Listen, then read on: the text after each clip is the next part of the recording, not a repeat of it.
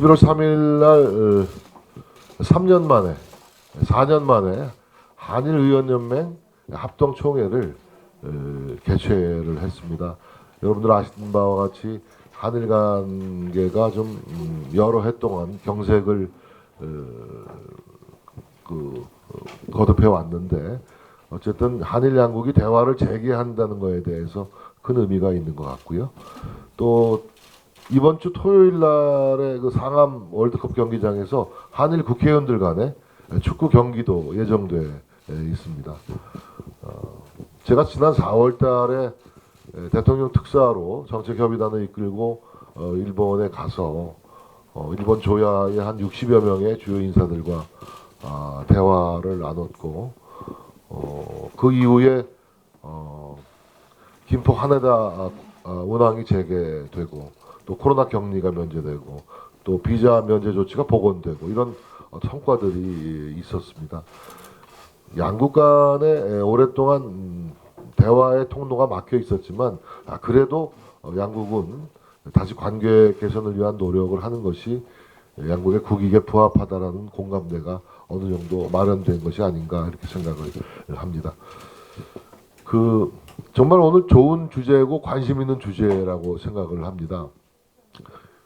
지난번에 우리 김영주 부의장님 모시고 우리 조선통신사의 길에 대해서 토론을 한 적이 있고 또 동경을 거쳐서 시즈오카 현까지 그렇게 갔는데 시즈오카 현 지사의 얘기를 들어보면 도쿠가와 이에야스가 마지막에 시즈오카에서 이제 돌아가셨는데 청경사인가요? 절이 굉장히 멋진 절인데 뭐였죠? 윤호중 간사장님 그때 같이 안 가셨나?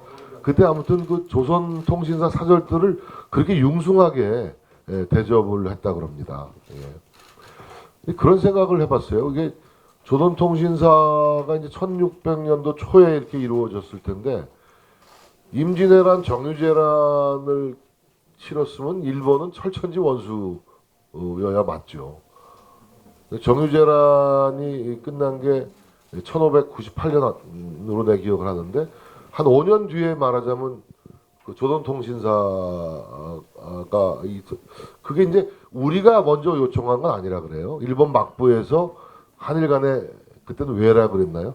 국교 정상화를 먼저 요청을 해서 정유재란이 끝나고 5년 만에 막부의 요청이 왔다 그럽니다. 그래서 근데 한편으로 전쟁을 치룬 나라에서 그렇게 쉽게 교류를 복원할 수 있을까 이런 생각이 들었는데 또 바꿔 생각하면 우리 조상들이 참 지혜롭고 그야말로 외교 역량이 뛰어나지 않았나 이런 생각도 해봅니다.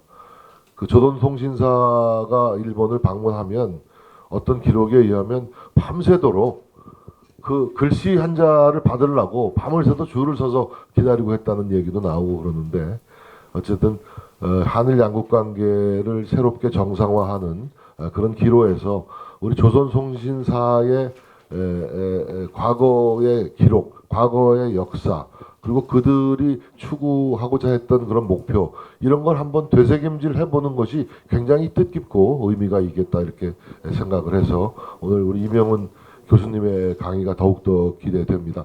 제가 교섭단체 대표연설에서 아놀드 토인비를 인용해서 역사라는 것이 이제 도전과 응전의 기록이라고 제가 말씀을 드렸는데 한일 관계 역시 그런 것 같습니다. 지금까지의 어려웠던 한일 관계가 도전이었다면 이제 새로운 한일 관계를 위한 노력은 응전의 노력이라고 저는 생각을 해서 오늘 세미나가 더욱더 기대됩니다.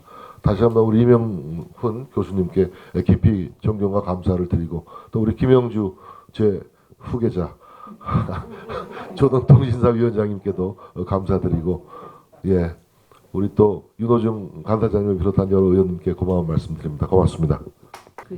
정진석 위원장님이 저보다 키가 큰데 마이크가 조금 낮게 있는 것 같으네요. 반갑습니다. 더불어민주당 영등포갑 출신 국회 부의장 김영주입니다. 먼저 바쁘신 와중에 한일 의원 관계, 한일 관계 발전과 미래를 위해서 많이 애써주신 우리 한일 의원 연맹 관계자 여러분들이 많이 준비를 해주셨고 이 자리에 참석해주신 의원님께 감사드립니다. 사실 오늘 이 자리가 이뤄진 게 우리 이채희 행안위원장님께서 제가 그 조선통신사 그 위원장을 맡고 나서 얼마 안 돼 갖고 우리 이명훈 교수님을 저한테 소개를 해주셨습니다. 그래서 책을 갖고 오시고 내용을 들어보니까 우리가 몰랐던 부분도 있고 우리 한일의원연맹 같은 회원 의원님들께서 이 조선통신사 우리 교수님은 조선시대 통신사라고 얘기를 하십니다만 거기에 대해서 책을 주셨는데 읽어보니까 해야 될 부분이 많은 것 같아서 제가 이 자리를 한번 우리 한일의원연맹을 맡고 계시는 우리 정진석 비대위원장님 겸 우리 한일의원연맹 회장님께 말씀을 드려서 오늘 이 자리가 이루어졌습니다.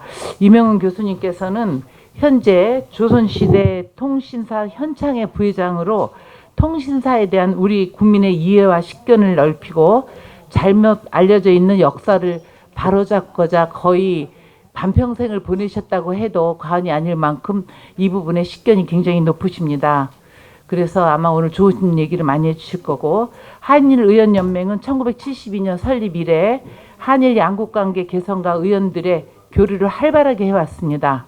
특히 한일의원연맹 산하의 조선통신사위원회는 한일관계 최대 걸림돌인 역사 문제에서 양국의 상호 이해와 공감을 높이기 위해 다양한 연구와 교류 활동을 활발히 해왔습니다. 앞서 정진석 비대위원장님께서도 말씀하셨지만 작년 11월에 우리 조선통신사 회원들이 일본을 방문했습니다. 아마 3년 만에 코로나로 또 한일 관계 여러 가지 미묘한 관계 때문에 3년 만에 일본을 방문을 해서 그 한일 의원 이란 의원님들도 많이 만났고 조선통신사 관련된 여러 가지 다양한 행사를 하면서 정말 그 꽉 막혔던 대화의 물꼬를 트고 그 자리에서 우리 정진석 그 한일의원연맹 당시 회장님께서 한국과 일본의 의원들 축구대회를 좀 하자 그런 제안을 거기서 하셨습니다. 그래서 지난주에 우리 여야 의원들 축구대회도 했고 아마 이번 주에 그 일본에서 그 일본 의원들이 와서 우리 그 한국 축구 그 의원들 축구 교류도 하는 걸로 이렇게 된 물꼬를 튼 게 작년에 조선통신사 그 의원으로 이렇게 가서 됐습니다. 저는 모쪼록 오늘 이 자리가 이명훈 교수님께서 하루에 다 하실 수는 없지만 저희가 전혀 몰랐던 조선통신사에 대한 유래에서부터 역사 또 앞으로 이런 부분에 좀 많이 얘기를 해주실 거라 기대합니다. 오늘 바쁘신 시간 내주셔서 오신 의원님들께 감사드리고 제가 먼저 조선통신사 위원장을 우리 정진석 그 한일의원연맹 회장님이 아주 잘해 주셨기 때문에 그 뒤를 이어받아서 우리나라 그 조선통신사의 그 역사와 또 앞으로 미래 그리고 한일의원연맹 관계에 여러 가지 좋은 역할 하도록 노력하겠습니다. 감사합니다. 조선시대 통신사 파이팅! 감사합니다.